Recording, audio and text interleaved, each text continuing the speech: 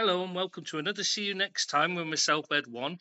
Today I'm joined by Backtrack Billy, who's going to explain how Jack Grealish is the future of English footy and how Moyes' hoofball tactics are not really borrowed from 1980s Wimbledon, but are a new wave of tactical mastery that is just too subtle for the modern generation to understand. Also going to be joining us when he's ready to make his appearance because he's waiting so he can flounce in and make a scene like is Seamus O'Deeps, fresh from living up to his nickname of the Luckender by telling our WhatsApp group how well Burnley were doing seconds before they conceded to Spears. And then to cancel out Seamus's bad luck, we also have our very own film star in Bobby. So the film he's in has never seen the light of day and probably will never will, though, unless it's in certain selected special theatres that allow that kind of movie to appear. Is it? I know you said War Machine, but are you sure it's not? Are you sure it's actually a real war film and not a porn film or something? And that's why it's never made the cinemas. No, I'll Sex leave that until machine. it comes out. Yeah, You can see for yourself. still to come out. Like he did this about 4 years ago, and we're still waiting. It's been a while. Yeah, tell you, dodgy movie. You have to see it in selected cinemas. You know, the ones where you pay and they give you free tissues as you go in, and you sit in your own little booth, eh? In a darkened booth. Is that right, Mum? Is that the sound of cinema beyond? Yeah. Sounds about right, yeah. Yeah. Anyway, so today I thought we were just going to discuss the games of the weekend, and obviously, probably if we got time, look forward to the next weekend's games. But first off, just a little bit of news for anyone who hasn't seen it. The Italian Coaches Association have requested to UEFA to ban ban Israeli teams from UEFA competition for the foreseeable. I think forget the politics anyway. Putting it all aside, they shouldn't be in European competition in the first place. They should be playing in Europe. So, it's about time, really. So, there's no point getting into it, though. We all know what the politics are, and everyone's got their views. So, it's not really for this podcast, though. So we'll move on to the games. Did you see the games at the weekend? Well, I certainly did. I watched one in particular, which I wasn't very happy about, which is the Everton game. Well, I thought that was a great game. I really enjoyed that. Did you see that one? Yeah. I didn't enjoy it one bit. No, that happened to be on like a Tuesday morning at a very early time, so I didn't get to see that one. Oh, you'd have enjoyed it. You're a lucky man, Rob. Great game. You're a lucky man. Great game. Just showed how far out of touch, the long ball game is from the modern game. Because literally, Moyes' tactics just seem to be hoof the ball up to Beto and see what happens, didn't it? Bill? It was awful. It was awful, Tris. And, I've been telling everyone that this is the beginning of a new era. Getting all these new superstars like Jack Grealish. And superstars. It never come to fruition. It was the worst football I've seen since Sean Jack Dyche left. It was absolutely abominable. I think even Sean Dyche would have said, "Oh, come on, those tactics are crap and out of date. You got to do better than that." Yeah, it's very poor. I know we're missing a few players.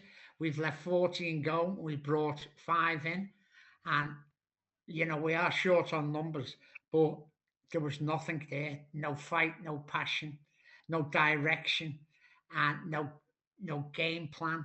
And it was awful to watch. I done nothing but swear right throughout the game. I'll be honest with you, I didn't.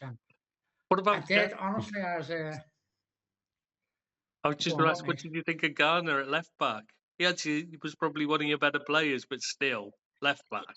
He done all right. He tried hard, which was more than what some of the players did, and he's a makeshift right back, so he done his best, but his best wasn't good enough, I'm afraid, on the day. Although, as you say, he was probably one of our better players, but that's not saying much about what Everton were like.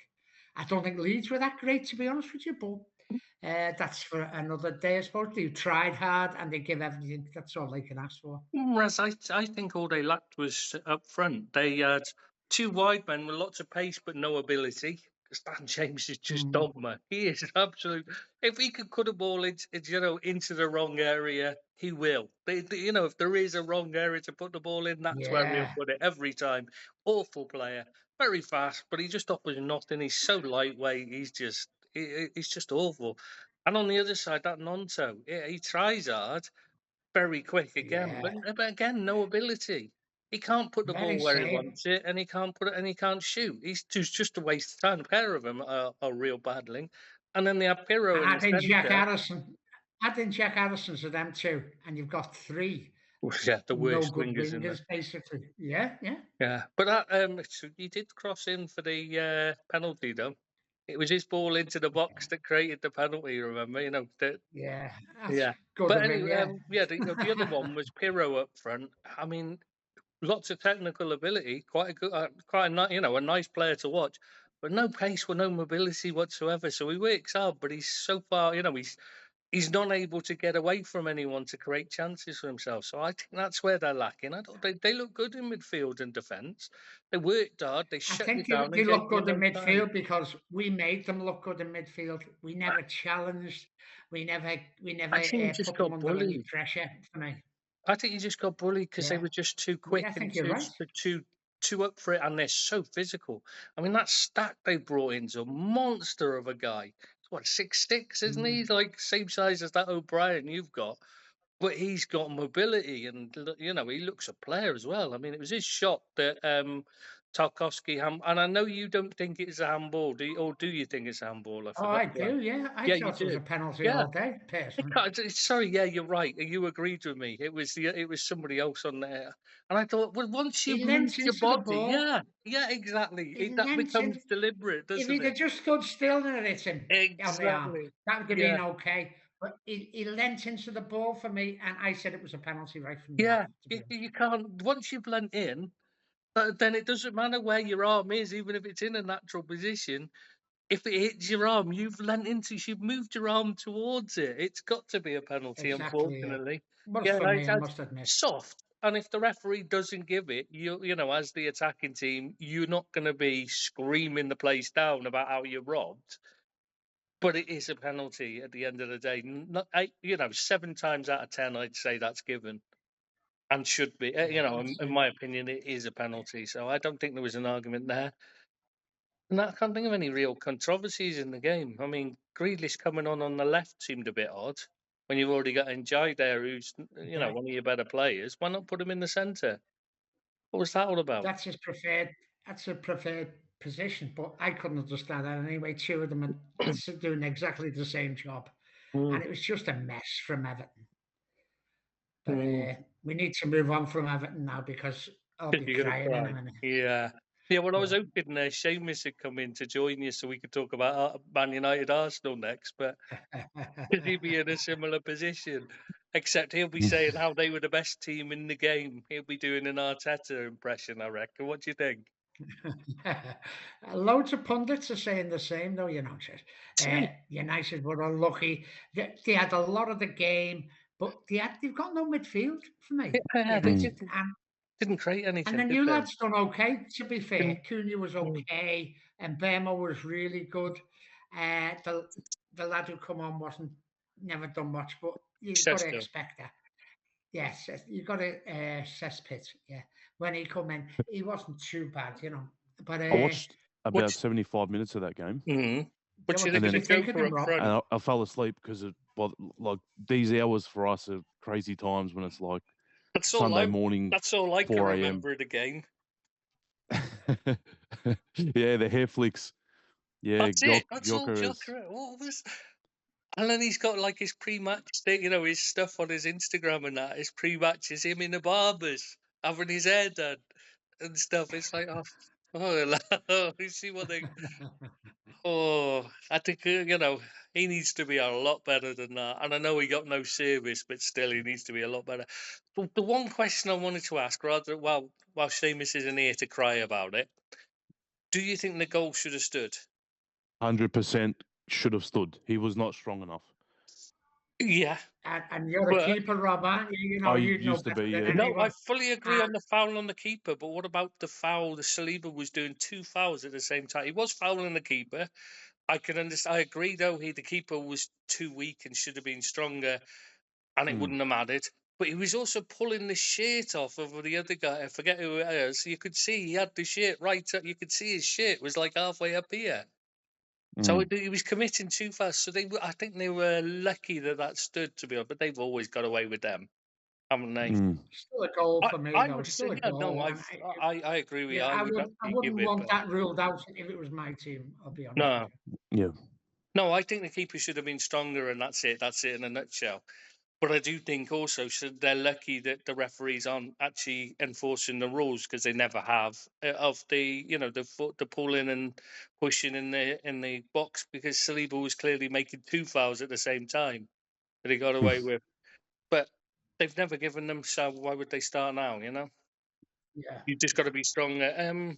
Yeah. What are the games at the weekend then? I thought Arsenal, though, to be fair, were a bit wishy-washy. I expected them to be a bit stronger than that against what I think is a pretty poor United side.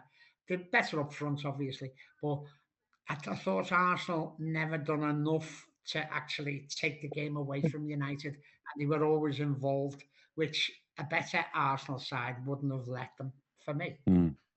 Yeah, I wasn't impressed with Arsenal at all. But this is the Arteta way, isn't it? It's all about set pieces.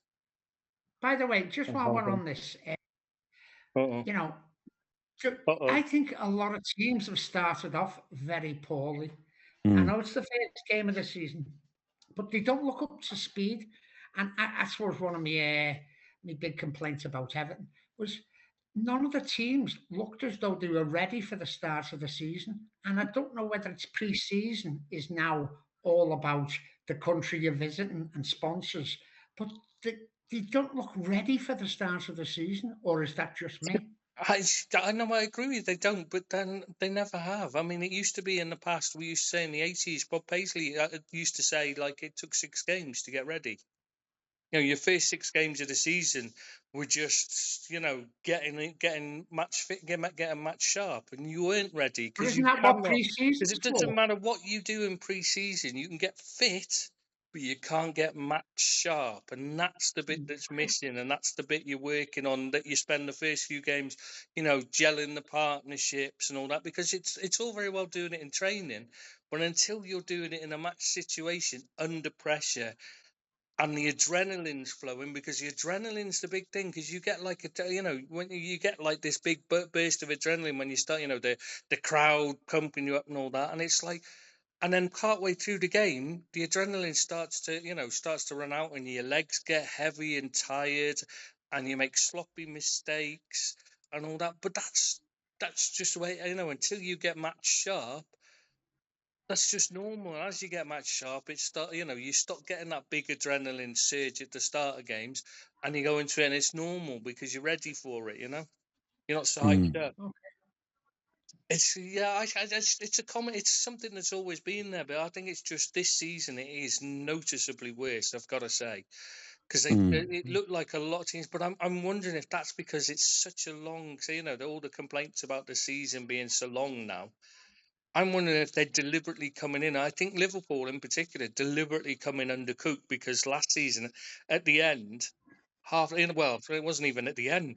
It was just after Christmas, and you can see players like Gravenberch running on empty for most of the end of the season. And I think they've deliberately come in a little bit undercooked, and then you build up the fitness as you go, and then you've got like 6 games. You're not running on empty so late on the season. You know what I mean? You've got a bit more time before you're starting to before you're worn out. That's right. I think Rob, might what be. did you think of the Liverpool game? You obviously watched it, I'd Yep. imagine. And what did you think of the performance, mate? Really? Speaking of rustiness, well, definitely rusty. There's a few players that are still new to the team, like Kirkes looked like he was trying a little bit too hard.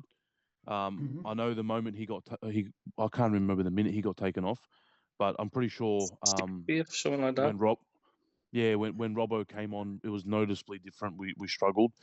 Backline still looks a bit dodgy at the moment. I know, like you guys are just saying, New season. It's been an emotional off season, especially for Liverpool.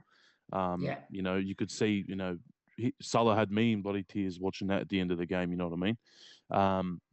Defensively, look a bit average. Really liking the look of Ekitike so far. And this is someone who hasn't really seen much of him up until he signed for Liverpool and in the Community Shield game where he took that goal nice, scores another one. Bit lucky with the rebound, but sets up the second goal, I'm pretty sure, as well. So he looks to be hitting the ground running. But yeah, a lot of rustiness. Kanate was. Are you? Can I just ask, are you worried about Ekitike because Darwin Núñez started off with a goal in the Charity Shield, and then a goal and an assist in his on his Anfield debut as well? He just looks so much more composed than Yeah. Darwin did. I was never really a fan of Darwin at the start. Hadn't seen much of him in the last couple of years, but yeah, look, fair play to him. I had nothing against him, but I was kind of happy to see the back of him. That's me personally. So if we've brought in someone like Ekitike who looks a lot more composed, he has that pace. You know, from what I've seen in front of goals so far, he knows where to put it. I'm happy with that. Still think, which I'm sure you're going to get to the Isaac talk. There's going to be some more help up front there. But does he remind you? Does Ekitike remind you of Fernando Torres? Because he does to me in his mannerisms and the way he moves about the pitch, very much like Torres for me. The movement I definitely see comparison to. For me, it's still a bit early to call anything on that. I love Torres back in the day. He was good while he was with us. For me, yeah, I see what you mean, Bill, because when he's on that run, it does give me like Torres vibes. But yeah, like you guys have just mentioned before we spoke about Liverpool. Now, we do look rusty as well. I think again, like I said, it's down to players being overcooked, like Trish said last season, and then obviously a pretty big, a pretty emotional off season that we've also just had. What did you make of it, Trish? What was your game summary there? I thought we, better side 1-4-2. I think was a fair, was a fair reflection of the game. And my worries defensively, struggle. Robertson looks done. He just doesn't look any better than he did last season. He looks worse. In fact, he was all over the place. He was badly at fault. One of the main culprits on the first goal, and on the second goal, he's just nowhere to be seen. And there was no need for him to be forward on the second, because he should have, we're 2-1 up. Why was he even getting forward? He should have been holding back. Semenyo's the danger. He plays on his flank. Keep him, keep between him and the goal at all times. That's the issue. Then you got Kanate, who's just dog muck. Then he had an absolute dog muck in that game. And to be honest, he does this regularly. He can be brilliant when he wants to be, but it's like once in a blue moon. And I'd be glad to see him replaced. I've said it all summer. He was the player I think we should have replaced. First and foremost, he's the one that we needed to improve on. He was the weak. So I think his contract has got something to do with how bad he played. Because that's the worst I've seen him play. I've seen worse, but like a while ago now. When he first joined, he was worse. But that was pretty bad. I mean, what was he doing? Just running away from Semenyo. He's the only player who can engage him. Only player. Van Dijk's got another player in front. He's got to, he's got to be staying with that player. He's got to. So it's all on Kanai. All he's got to do is move across and block the pathway. He doesn't have to close him down. Doesn't have to do anything. Just has to stop the run. You know what I mean? And he does nothing. He jockeys him all the way back to the box. Semenyo. Yeah, but he's allowed to. But I thought he was good. And I thought his attitude after the racist thing was really good as well. In that, but until Kirkes went off, he offered nothing as an attacking threat. To be fair, as soon as you had Robertson and Robertson there, it was easy for him. It was easy because Robertson's just got no pace and he's always out of position at the moment. The other one that worried me, I've got to say, is Frimpong. He looks so weak. I was very surprised. He's normally quite strong. From what I've seen in the Bundesliga, he looks strong and quick, but just really small. I was worried about him getting bullied in the air, not on the ground. But yeah, he was absolutely, they were ragdolling him. I mean, that was quite worrying. And to pick up an injury as well, which is going to keep him out until after the internationals. I mean, that's a major worry. That is such a nice lad, like, but it's a major worry that we've got 2 right backs injured at the same time again. That's speaking of right back. By the way, just a quick aside. I was actually watching the other night the first game in La Liga season, Real Madrid versus I forget who it was now, Osasuna. That's it. But just out of it, just because it was what was on Tuesday, it was just because that was what was on. Like I thought, well, I'll watch this. I completely forgot Alexander Arnold was playing for them now, and when they mentioned his name, because obviously the commentary it was all Arabic. So the commentary, wasn't even in English, so I don't even know who was. So it's just like when they said, it just looked at, I'm like, hang on. I was like, oh yeah, I completely wiped him out of my mind because he doesn't play for Liverpool now. That's it, gone. And it was like, oh yeah, he plays for them now. I quite enjoyed it because he was shit as well. He had a terrible game.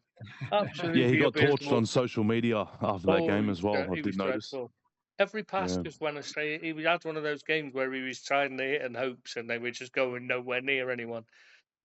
I don't say if Mbappe hadn't been starting, they'd have been in trouble. They were real. That was a poor performance by Real Madrid. But anyway, that's the side. So yeah, what else in the English league? What else in the Premier League? Tottenham. Did you watch anything of the Tottenham game? They played Burnley, didn't they? I watched that one. Yeah, we could do with Seamus telling us how great Burnley played again. He put that on our social media to say that Burnley are looking really good here. Next minute, 3-0 down. It's literally as soon as he typed it, though, they went. Tottenham went up the other end and scored. It was like, oh, well done, Seamus. Talk about putting putting a jinx on him. And your mate Richarlison scored 2 good goals, Trish. Yeah, but he's still throwing himself around for no good, for all the time, isn't he? And that still, with all the good, there's still all the, the hard work, and he scored a couple of goals, but most of the time he's just too busy whinging and throwing himself to the floor. And you're thinking, if you just got up and played, you've got the ability to be a good player, but you're just far too busy looking and cheating rather than playing the game. And that's just you're just wasting so many opportunities. It was like a game I watched last night. Who was it? It was Kairat Almaty versus at Celtic, and Kairat got a break right at the end of the game. They're 0-0 at Celtic. Shocker. It's a shock result anyway to draw 0-0. Kazakhstan team had to come through all the Champions League qualifiers to face Celtic, and then 0-0 right at the end of the game. They've got a break going, and their centre forward gets the ball and throws himself to the floor looking for a foul. The Clay carries on. The referee waves Clay on because it was clear dive, and they're attacking, and he's just lying on the floor holding his head. Ages, and they've got an attack, and they could have, they just needed someone to play the ball to, and he had nobody there, and he cost them any chance of actually snatching a win by play acting. And I just thought, yeah, it's karma that. Because if he'd have got up and carried on, he'd been in position to get a ball. Because Celtic were all over the shop at the time, absolutely cut apart by the break, and they had to just boot it into touch because they had no one to pass it to. You know what I mean? They just ended up booting it into touch because there was no one to play it to. There was a lot of talk about Brentford going to struggle at the start of the season. Oh, they have as well. And they got off to a bit of a shocker. Don't get me wrong, Nottingham Forest are a decent side. They are a good side. But did you watch it? I watched bits of it. I didn't watch all of it. But I think they really are in trouble. Yeah. Really are in trouble. I think Keith Andrews is a strange choice. I mean, apart from the fact he's their set piece coach, he's never shown anything of any value as a coach, in his coaching career so far, to understand why he's got a job as a head coach. I mean, is he a worse appointment than Russell Martin? Well, that's a tough one. It's probably close. Yeah, I think actually no, because Russell Martin's a proven non-entity of a manager. Awful manager. He was terrible at Southampton. He was terrible at Swansea. The fans couldn't wait to see the back of him there, Ryder. You know what I mean? Even when he's doing well, even when his teams are getting results, the fans still hate what he's doing, and they still think, and you'll constantly read, it's despite him, not because of him, when they pick up results. That's the refrain you hear. So to appoint him to somewhere is just, it just doesn't make any sense, you know. But Did you watch any other games, Rob? Did you I watch watched- any other? I watched a bit of the Man City game, the walk in the park against Wolves. yeah, I turned it off Yeah. when they went 3-0 up. I was going to mention because last week, Deep said one of the players to watch was Reinders. yeah, If that's how you say it, Reinders. He looked good. He looked Yeah, he really good. did. I was quite a fan of that, of seeing him. Was pretty easy for him though, wasn't it? Yeah, Wasn't exactly under pressure, was Wolves, he? So Wolves don't look good at all. No. no, they what happened to the Vitor Pereira effect? He did well for him last season. This season, it's just looking like it was all just a bit of luck rather than good management, isn't it? Now. Also, did you watch I watched the Chelsea game as well. Did you see any of that? No, I didn't see any of that. Seen highlights of it. I don't really watch Chelsea, Awful. but I watched the highlights of it, and it was Can't have pretty been bad. boring. I started watching it, but it was a pretty boring game, to be honest with you. Awful I think game. Apparently, they got Palace were the lucky. better side. Oh They yeah, got very lucky good. to get away with a point. Yeah, Palace were better. The better side, definitely. Should have won it, but they just didn't quite have the quality. But Chelsea were awful. Awful. Wasn't there a bit of controversy about the disallowed goal or something? The Eze goal. Yeah, the guy moving across because it was within a meter. I don't know, every free kick I've seen, almost everyone. You know, you've seen it. I mean, hundreds of times the defender ends up within a meter of the wall, and never have I seen a goal disallowed for it before. I've never seen it given before. I'll be honest. No. I didn't even know it was a rule. It is the correct rule. It's been around for a while, but it's never been invoked before. It was like they were deliberately looking for a reason to rule it out, though. Because why would they even be looking at it? I mean, and since then they've started putting a line down now to show that they've got to stay away from a meter, but they never did it before. They've never invoked it. It's just, it was very odd. I thought it was ruled out because Mark Gay pushed the other lad over and left a gap for it to go through, and I thought that's why this is ruled out. And it turns out it wasn't, and I was very surprised. I didn't think it was a foul anyway, so I didn't see. You know, that it is the rule is. I mean, it is on paper, it's a correct decision, but Chelsea had 2 walls up. So, you know, how do you? You're going to have to stop them being allowed. You know, you're going to have to do some kind of rule about this wall, not, you know, and having people within a meter. There's got to be a rule about what the other players do on the defense, on the attacking side as well. You know what I mean? Defensive side, I mean, as well. You can't have them if otherwise. Like how, you know, how do you decide which is their real wall? Yeah. Just like And what a cracking start for Sunderland, by the way. Oh yeah. You know, we were saying, I said it in the podcast last week that I thought Sunderland could actually get out of it because I thought they'd bought quite well. And that was a great result to start off with. You know, it's not going to carry on, but, you know, they might have a bit about them to give them a chance of staying up because they were the better side and deserve to win for me. Brentford's going to be Brentford and West Ham as well. I mean, West Ham, God. And Wolves, I'd say. Yeah, there's 3 clubs there: Wolves, West Ham, and Brentford. That that look like they're going to be in relegation trouble. So there's a chance for all 3 of the promoted sides to stay. I can't see Burnley doing it. They just lack quality. Doesn't matter how well they play; they haven't really got the quality in the final third to pick up many results, have they? And you look at them. So you're looking at Sunderland's. I think they're going to struggle they're going to struggle to pick up enough points, but they've got a chance.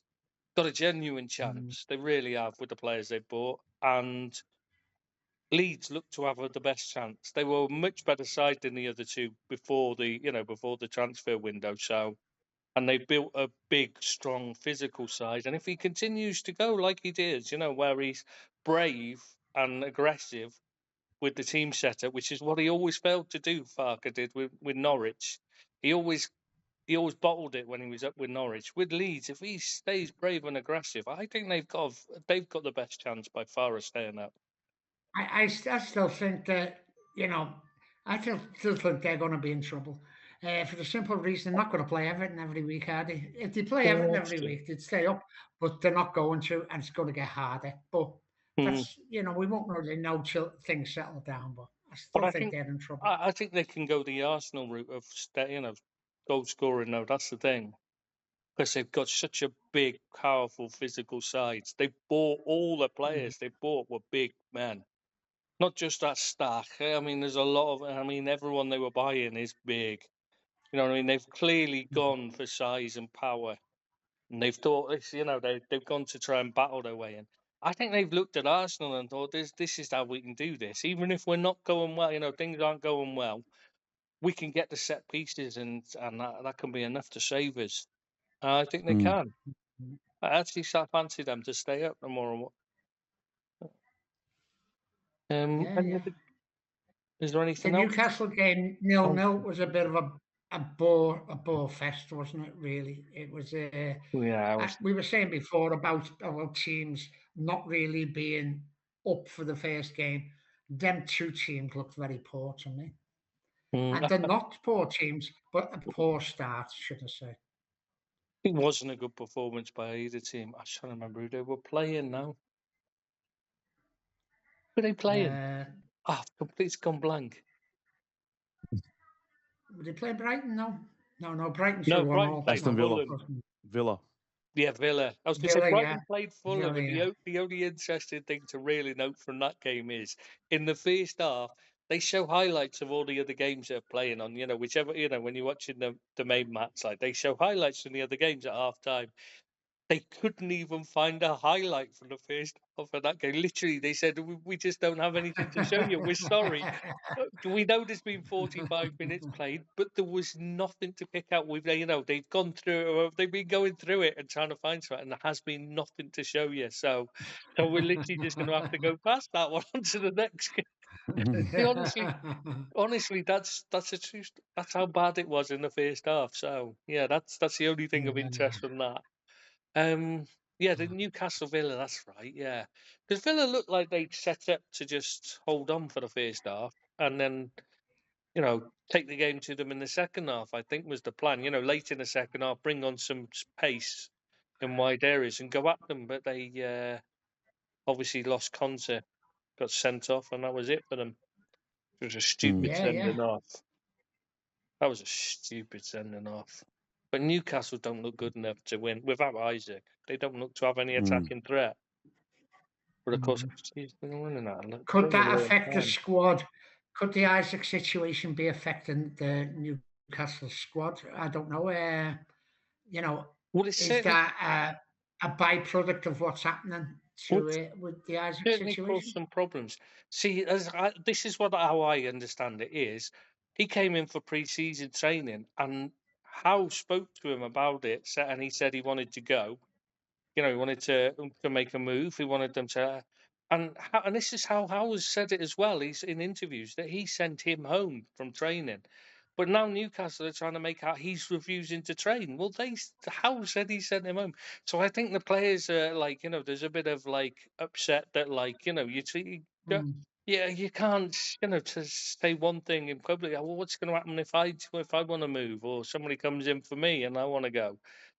You're just going to shit on me as well, It's turning really ugly. It's not just that. Howe's nephew's doing the recruitment and having an absolute failure, acting as director of football.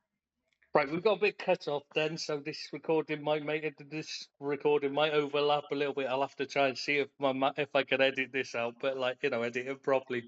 But basically, I was saying Howe sent Isaac home from training, pre-season training, and he's never been back since. But it was Howe that sent him home. He said his mind wasn't right, etc. And so, like, I just think Newcastle are now trying to paint him as the devil, as the bad guy, and all this. When I don't think there really is a bad guy or a good guy. I mean, they both made mistakes. They've got their Howe's nephew is now running it as director of football, and he's, obviously he's not in a position to honour promises made from the previous director of football because he doesn't have the power within the club. So he can't say, "Oh yeah, okay, we'll let you go," because he's not got the power to do it. He has to get permission to do that. Whereas the previous guy, Thing is, it's a bit of he said, she said, where Isaac is claiming that he got made promises.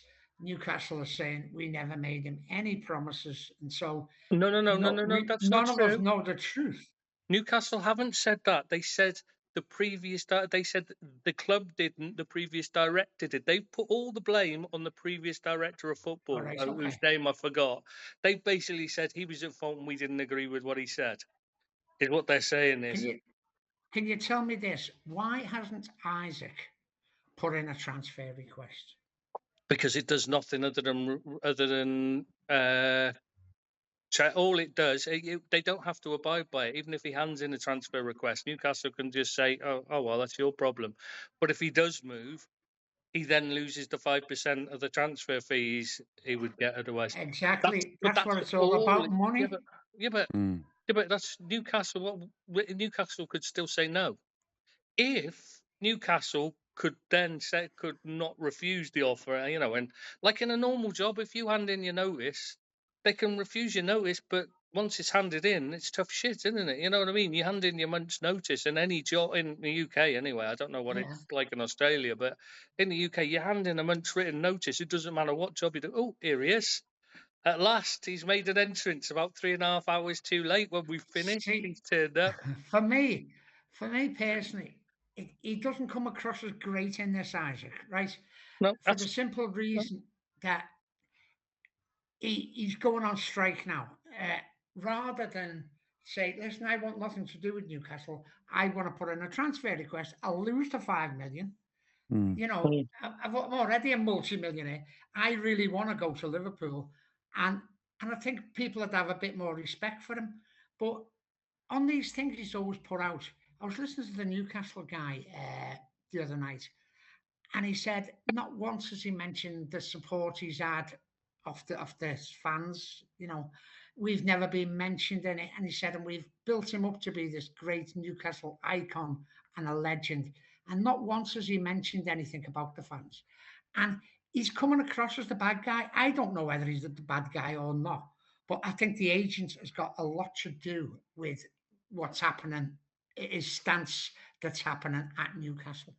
Like I said, I don't think there is a bad and a good guy. I truly believe that if he thought it would make a difference, he'd hand in the notice. But he's of the opinion, what's the point in I'm just giving them 5% of the money? They're going to make the I think at the point is that Newcastle are going to let him go. They know they're going to let him go. Everyone knows they're going to let him go. That's what I think is the thing. And he's just saying, well, if they said to me, if they'd said to him, like has happened in the past with players, it has happened where they've said, we'll make this transfer happen, but only if you hand in a written transfer request. Liverpool did it with Torres to Chelsea. Says, we'll make it, yeah, you can make the move, but you've got to hand in a written transfer request, otherwise we're not doing it. And that's the only, otherwise, if you do that, we'll make the move happen. We'll agree the deal. If not, it doesn't happen. And I think if that was the deal, I think he'd happily hand in the transfer request because he just wants that at Newcastle. And I don't know what you're saying about him saying about the. But wouldn't it be better if he come across and said in the media that I'm going to hand in a transfer request. I'm prepared to waive me 5%, but because I really want to go to Liverpool, and I think that'd be a far better way for him to head in this situation rather than be the stalemate that's happening now. But you've only got to look at Brentford and see what's happened when Visser has done that. Has done that. Has said he wants to go to Newcastle. Has refused to train. Has gone on strike, and Brentford is still refusing to sell him. So I can understand why Isaac's saying I'd be just throwing away 5% of the transfer fee for nothing because they might still refuse, just like Brentford have done. And Newcastle fans aren't criticising their club for the way they've acted with Visser. They're claiming they're just having a go at Brentford. I mean, it's like in both cases, I think the clubs and the players are just. There needs to be a change to the transfer regulations. And I know we want players to be loyal to the club, but clubs are quick to get rid of them for any little thing, aren't they? We all know that. We're happy if they don't fit. I mean, look at the way Liverpool are trying to force out Tsimikas. Doesn't want to go, so they're constantly trying to force him to leave. Even when he's come out, his agent has come out and said they've tried to force him out of the club in the past. He does not want to leave Liverpool, but Liverpool want to sell him. And we're quick to criticise a player for not wanting to go, but then when it suits us, I just think it's one of those things. There needs to be some kind of, because forcing them to honour a 5-year, 6-year contract is just ridiculous. When they're unhappy, you can't. In no other walk of life are you forced to honour even a year's contract. You're not forced to honour. You can walk out after a month and say, "No, I've had enough," and hand in a notice, and you only got to do a month's notice. So why are we forcing players to do 3 years? Is what basically they're asking Isaac to do when he wants to leave. It just seems a bit. On the other hand, from a club's point of view, you don't want the players walking out every 10 minutes. So there's got to be a happy medium somewhere. And I just don't know what Can it I just is. take a time out for 1 minute, please? Yeah, no worries, Bill. It's all right, we've got Seamus now, so we're all good. Do you think that if they had signed a replacement already, he'd already be gone? Yeah, that's all it was waiting on. If Visser had joined, and one of the others they tried for, no, not Bill's having a party. Yeah. It's because Seamus is here now. They've all come running. So where were you, Seamus? Oh, he's gone already. Oh God, where's he gone? He's gone off, and they switched the sound off. And then the interesting part is Liverpool play Newcastle this weekend. Yeah, exactly. It's going to be a interesting game. That. So what do you reckon, Seamus? This is probably gonna be the final game before Isak becomes a two player. But why does he keep going? Why does he keep switching his sound off? And his camera keeps going off. He's such a diva. He wants all the attention. That's what it is. Switch his camera off, switch his sound off when he's in the middle of speak. So look at him. Look, you're a diva. You are just trying to get all the attention. Where do you keep going? I got another phone call. You got it, Joe. Give me that voice. You haven't got any friends to call you. That's why you're on here with us lot. We're the only friends any of us have got. That's why we're here. Rob's got no friends left because he's got kids now, so he hasn't got time for friends. I've got no 100%. Friends left because I'm a miserable bastard who doesn't like people. Billy's got no friends because he's so old. They've all passed away. People of his age, they've all, they don't normally live that long, do they? So you're just here because, no, you haven't got any friends either, though. But you just haven't got any friends because you're a grumpy bastard, have you? Let's be honest. You were born grumpy, weren't you?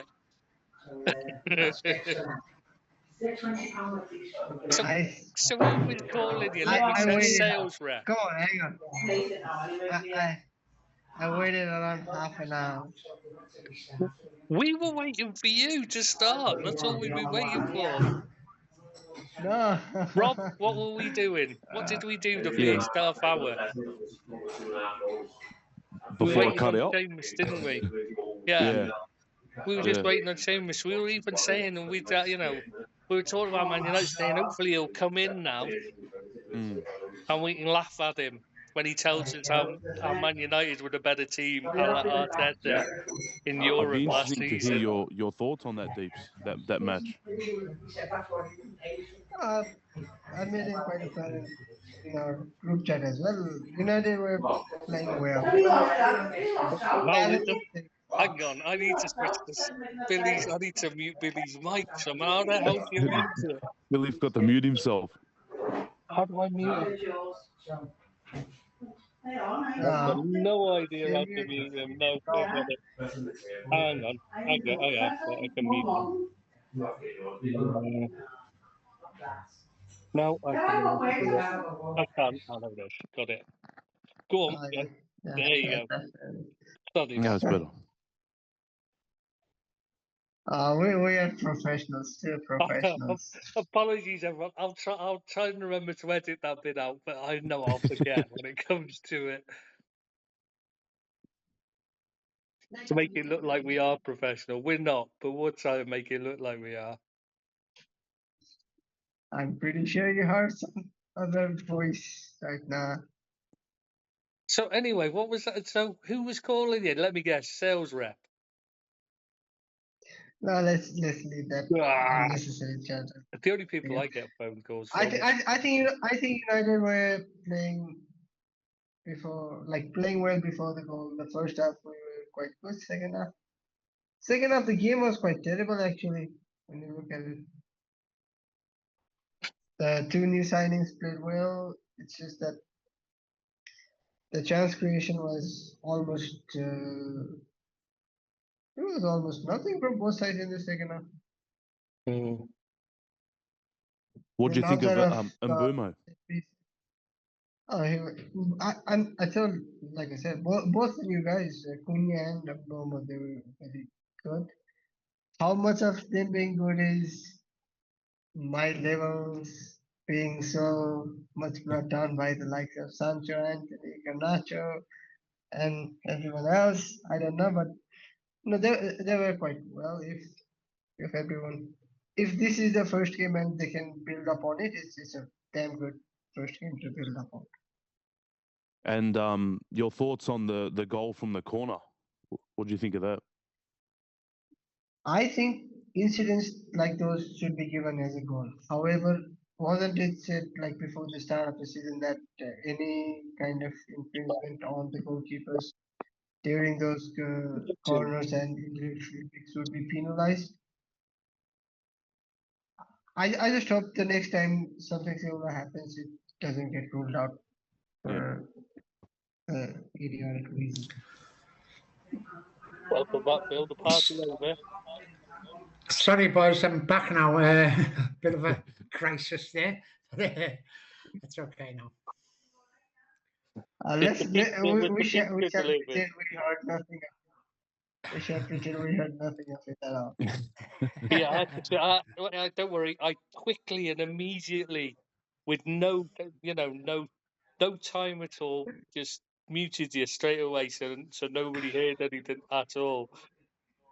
Oh, right, okay. No swearing, no. I have no idea. Probably about 20 minutes of it, because it took me that long to figure out how to mute you. It can't be as bad as that time a few years back. We did a pod when it was audio, and I fell asleep because it was about 3 a.m. Remember that? Yeah, I remember that, Rob. Yeah. What about the one when he went to the drive-through to get a drink? In the middle of it. Rob, you think he's getting like you falling asleep once was criminal? Because I was snoring in the audio afterwards. It was embarrassing. No, that was funny. That was probably the most exciting thing that ever happened in our podcast, to be honest. No. If we're gonna reminisce like that, then there was an incident once, like where my mom actually got scared that I might have fainted or worse. I was lying on the couch, which is not long enough to, like the part I was sitting on isn't long enough to fit me when I'm lying down. I was like popped up in a very awkward position, and she was quite fearful that. Please tell me that you just mean it was awkward as in uncomfortable when you say you were caught by your mother in an awkward position. I'm really not sure we need to know these things. Please, no. I know you live at home Listen, still with your parents. Getting caught masturbating is quite a common thing, I'm sure. But we don't need to know about it. Oh no, not really. Where were, It where was were we up to? no, it was not fun like that. It would probably be better. She was scared I might be dead. With the Oh, way I was. scared or hopeful? Which? No, she was scared. Imagine having to drag this big body outside the door. Ew. So where The were whole we up thing. to anyway? What were we talking about? Oh, Man United game. You were saying about the goal should stand. No, I think it should stand because it wasn't that big of an infringement. But why is it always Arsenal that find a way around? Also, like, did you guys notice they were trying to delay the goalkeeper from restarting as well? Yeah, With Calafiori. that 8-second rule, they are they're actually becoming Stoke City 2.0. Mm. Yeah, they are. Stoke Alona. I've got to be honest. Somebody asked me about my opinion on Mikel Arteta on the Liverpool side. I said, oh, I can't get it on here because it's the Liverpool side. There's too much on here, but mainly because I was thinking if I went on talking about Arteta, I'd be there for about an hour typing the response, saying about just basically cutting him apart because he's just an embarrassment, isn't he? And he's not a winner. And he never has. What do you think about Eze signing? I think it's a damn good move for Arsenal. Yeah. Mm. Yeah. I think he's. I think he offers something different. Where does he fit in? Yeah.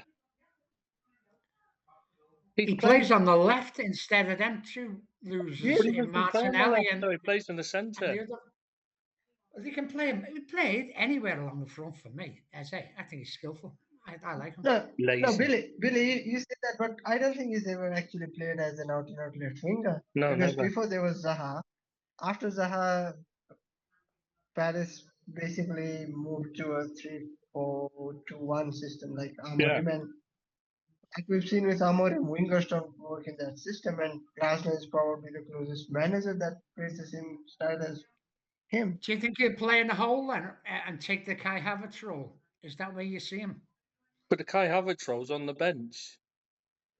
Because at the moment, he's injured, obviously, yeah. But he'd been dropped because he'd been playing up front. And Gyökeres is now up front. So the only place I can see for him in the team is the Odegaard role, and he's not as good as Odegaard, and he's not some work as hard. And Odegaard's the captain. There's no way they're going to drop him. Yeah, I was just going to say he's the captain, like especially after the comments from Tony Adams, like they're under pressure to actually keep him as captain. I think it's worked in the wrong way than he had intended. Tony Adams, but Odegaard, I think I'm usually a very big critic of his, but I think it was. That was good, yeah. I think it was quite good against United. Yeah, one of his better games. We're back to his better performances like he was shown in the past. I just don't see Eze's got a place. I just don't see the point in him. Doesn't suit. They've already got Nani. I think he will take up play there. Who's better? I think he will take up his place, but I don't think he's an out-and-out. So he was on the way to Spurs, and then last second, Arsenal's coming with a bid, and he's just said yes to them. Yeah, very odd. I did see a quick video on I think it was one of those YouTube, Facebook short videos where he was saying how upset that he was when he was 13 and he got rejected from Arsenal, and he said he cried and it really hurt him. And then I mean, I think he's 27 now, so almost 13, 14 years later, they come in for him and he goes straight away. Where do you think this leaves Spurs? Do you think Spurs go in for Dibbling now, or someone like that? They go in for somebody who can play, maybe. To go there. I don't think they'll go in for Dibbling. I'm surprised anybody's in for Dibbling. I do not understand why you're in for him. Not good enough. He's not even their best player. They've got a better younger player, Dave Robinson. Much better. I mean, it's not even close. Even the Southampton fans would be glad to see the back of him. They don't like him. Really I don't know don't. much about him too much. Yeah, they just think he's a bit of a fancy Dan, a bit of a floats around doing nothing. You know what I mean? He just parts around, runs around a lot, but doesn't achieve anything. And that's what he does. He really And they isn't want like. 50 million with the 25% back clause. That's just a Sell-out clause. ridiculous price. Yeah, if he was Yeah. a cheap buy, it'd be worth it. But it just seems like you're targeting him because he's homegrown. Because you got to fill in the Premier League squad rules. You're trying to get the homegrown. You've And got 8 players. and still on Spurs, where do you think this leaves Richarlison, who was going to be the make weight to go to Palace for the Eze move if it was going to come off?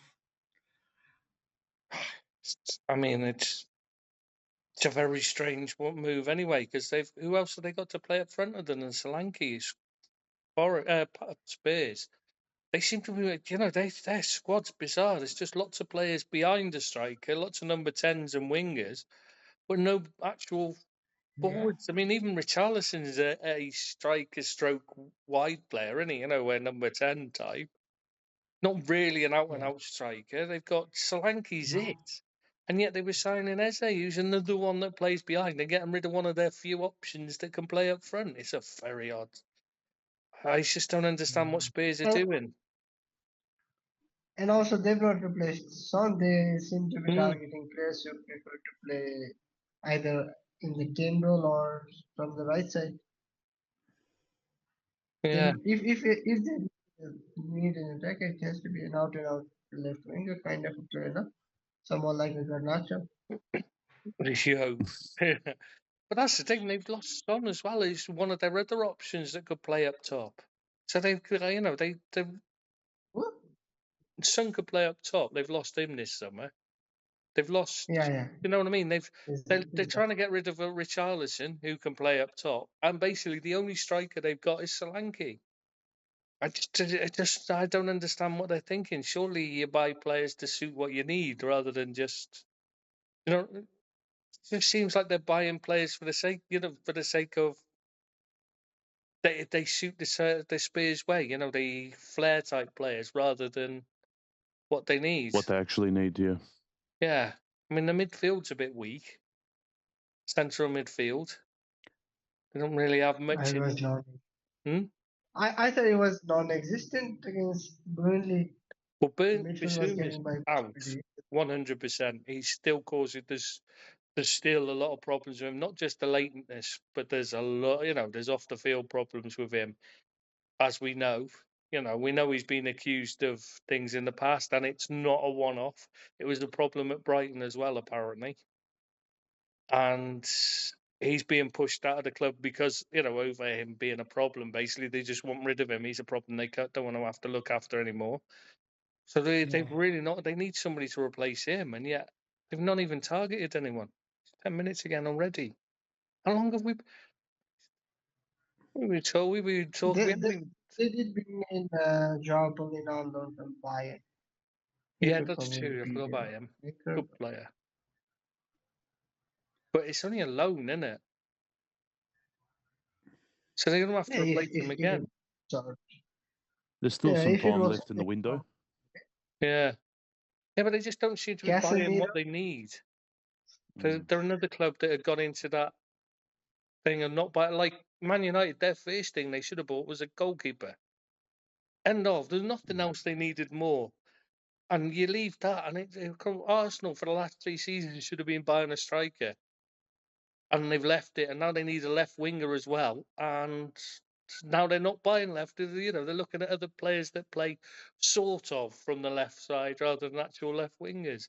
It's bizarre. Teams don't seem to be just looking at and going, right, this is what we need. Let's go and get them anymore. Apart from Forest, I've got to say, they seem to be doing that. Fair play to them.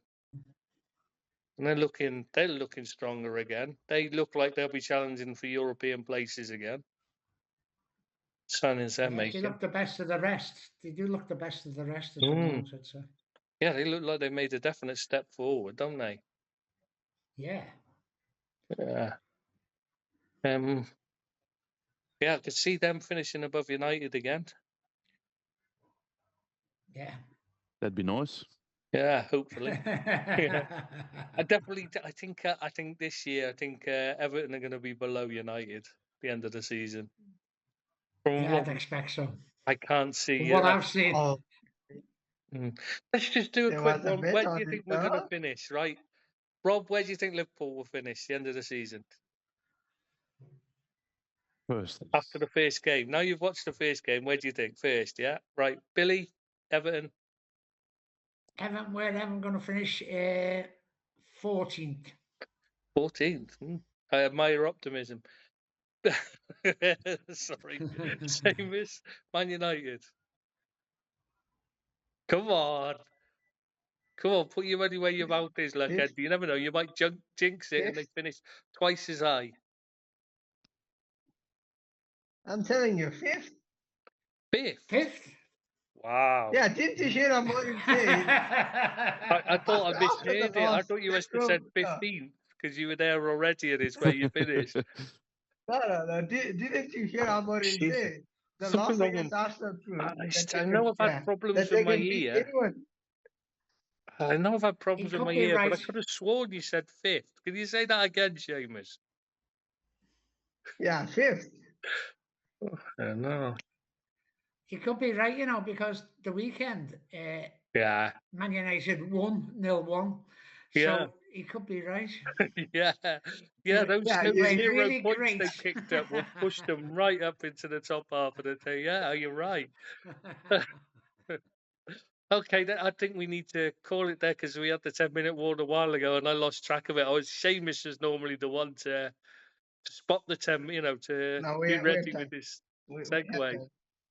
I forgot to mention before when we were talking about the Liverpool game, I wanted to give a shout out to Chiesa for his first goal. Couldn't have come at a better time, and he probably really deserved that, considering the past year that he's had. So I was really happy for him to get on the score sheet. And maybe, because there was a lot of talk of him leaving over the summer and moving on, maybe going back to Italy, but maybe this is exactly the right timing now for him to crack down, get some more game time, and I was really happy for him. So I just wanted to mention that. Because he doesn't want to leave, but the club want him to leave. It's another one of those situations where I'm hoping they might change Slot's mind.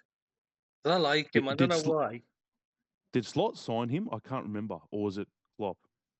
He didn't. He was giving him. He was giving him. He was. Okay. Yeah, it's one of those. Director of football, seen an opportunity, take it, used it. And I he was don't only have a very problem cheap with that. Yeah, you can't have a problem with that kind of move from your director of football, really, can you? It's given him an option. It hadn't worked out last season, but that doesn't mean it's you shouldn't try these things when it's that cheap. It was what 10 million for you know full well that at the end of, if we sell him this summer, you're going to get more than 10 million back anyway. So so. Right, boys, I'm going to love you and leave you. I think it's near the end, and I shall see you at the next podcast. Thanks very much. Bye, Rob. Bye, Thank Deeps. you. See you, Bill. See you next time, Bill. Enjoy your party. See you on the site. Yeah, will do. Thanks. Bye now. Bye. See you, mate. Seamus not got a segue before. You've not got a segue to finish with. Oh, you the only reason you're on here is to end it. See you next time. I'm not giving satisfaction of it. I waited 30 minutes. We were waiting for you. Are you confident against Fulham, Deep? Yeah, we're gonna get another 0-1. Yeah. Well, we better switch it off then, because before it goes Thanks, off. guys. See you next